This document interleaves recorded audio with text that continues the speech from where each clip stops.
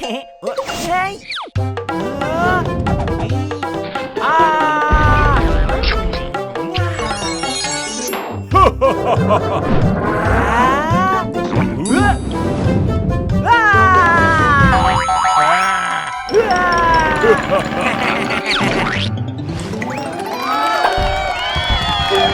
Who am I? Dr. Egg. Pu Songling. Not everyone has a story to tell, but everyone has heard of stories.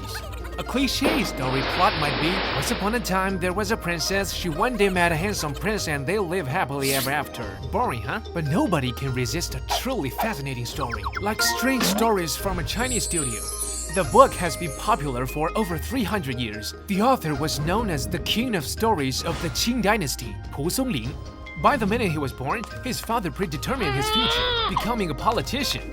In other words, he had to pass the Chinese imperial examination, or Keju. In order to realize the goal, Pu's father bought piles after piles of books, hoping that he could pass the exam as soon as possible.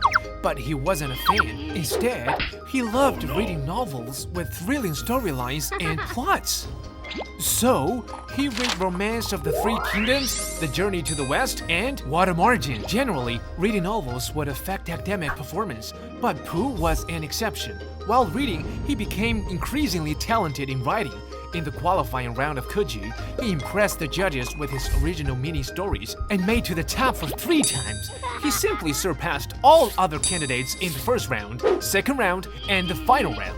Though there was all qualification exams, people across China were shocked. Pu then became a household name and became insanely popular. Easy peasy. After being qualified, he started to prepare for formal exams. Unfortunately, his mini-stories didn't work out this time. He once thought he could have won himself a job, but Keju was a threshold that he couldn't step across. In the following decades, his life experience was boiled down to 3 sentences. First, he took the exam. Second, he failed. Third, back to the first one. So why he failed? He was either too excited to write within word limits, or too careless to figure out the requirement. He once even fainted due to bad health. He proved to us that debut was the highlight of his life, and the rest was a mess. Though the road to politics was bumpy, there was one thing he loved that never went away: novel writing. He called his workplace a studio. It simply meant a place that people could chat. He then built a shack outside of his studio, where passers-by could enjoy tea by sharing their stories. When night fell, Pu would adapt story heard into novels.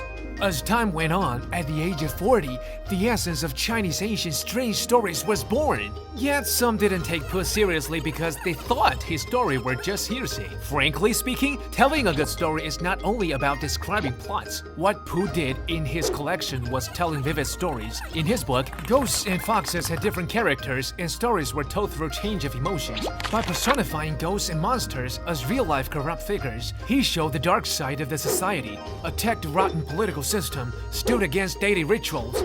He said no to everything he disliked. But he lived in an era that looked down on novelists. He was famous for his strange stories from a Chinese studio, but still failed all the exams.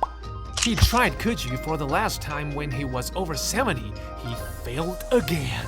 Then the imperial system was so touched by his experience and gave the old man a position of comfort. If it hadn't been like this, only God would have known when he would stop.